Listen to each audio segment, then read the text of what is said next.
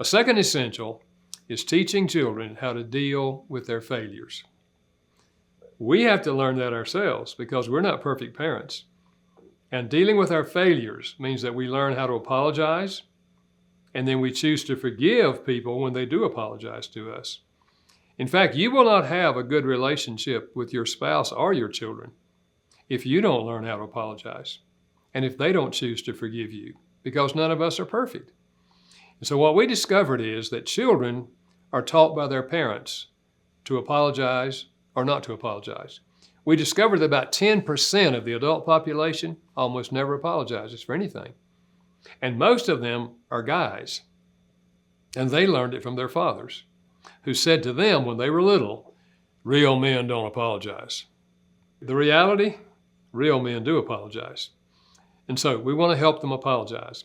Now, you have an idea in your mind of what a sincere apology looks like, and you probably learned it from your parents.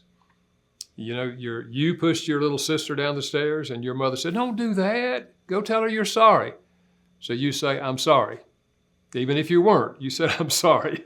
Now you're an adult. And what do you say when you want to apologize? You typically say, I'm sorry. But you see, there's 5 fundamental ways that people apologize. We found this out by asking thousands of people 2 questions. When you apologize, what do you typically say? And when someone's apologizing to you, what do you want to hear them say? And one of them is, I'm sorry, but always tell them what you're sorry for. I'm sorry that I lost my temper and yelled at you. Another one is acknowledging that you're wrong. I was wrong. I should not have done that. And this really can be taught very young to a child. A 4-year-old breaks a cookie and says, it broke. It broke. And the parent says, honey, let's say that a different way.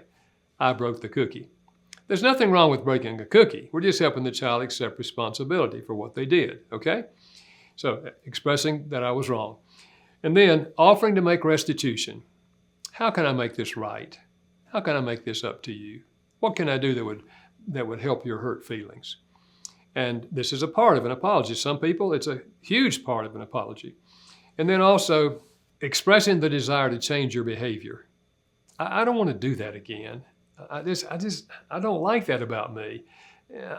Can you help me that I can get a plan that I won't do that again? And for some people, that is a sincere apology. And then the last one is actually requesting forgiveness. So could I suggest that you sit down with your children, if they're old enough to talk now and relate, 8, 9, 10, and talk about apologizing.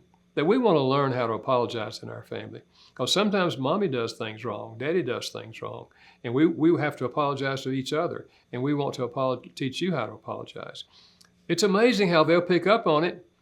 And if you say to your child, if you ever see me do something wrong or something that really hurts you deeply, and I don't apologize, you just say to me, Mommy, I think you need to apologize. And then I'll apologize, okay? If we put it on the front burner, they'll learn how to apologize. Now with that, of course, comes also forgiving the person who apologized. That's the pattern of the Bible. We forgive when people apologize, just like God forgives us when we apologize to God. And so forgiveness is not a feeling. Forgiveness is a choice. I'm going to pardon you. I'm not going to make you pay for this. And I'm going to remove the barrier that was created by this hurt, okay? We choose to forgive.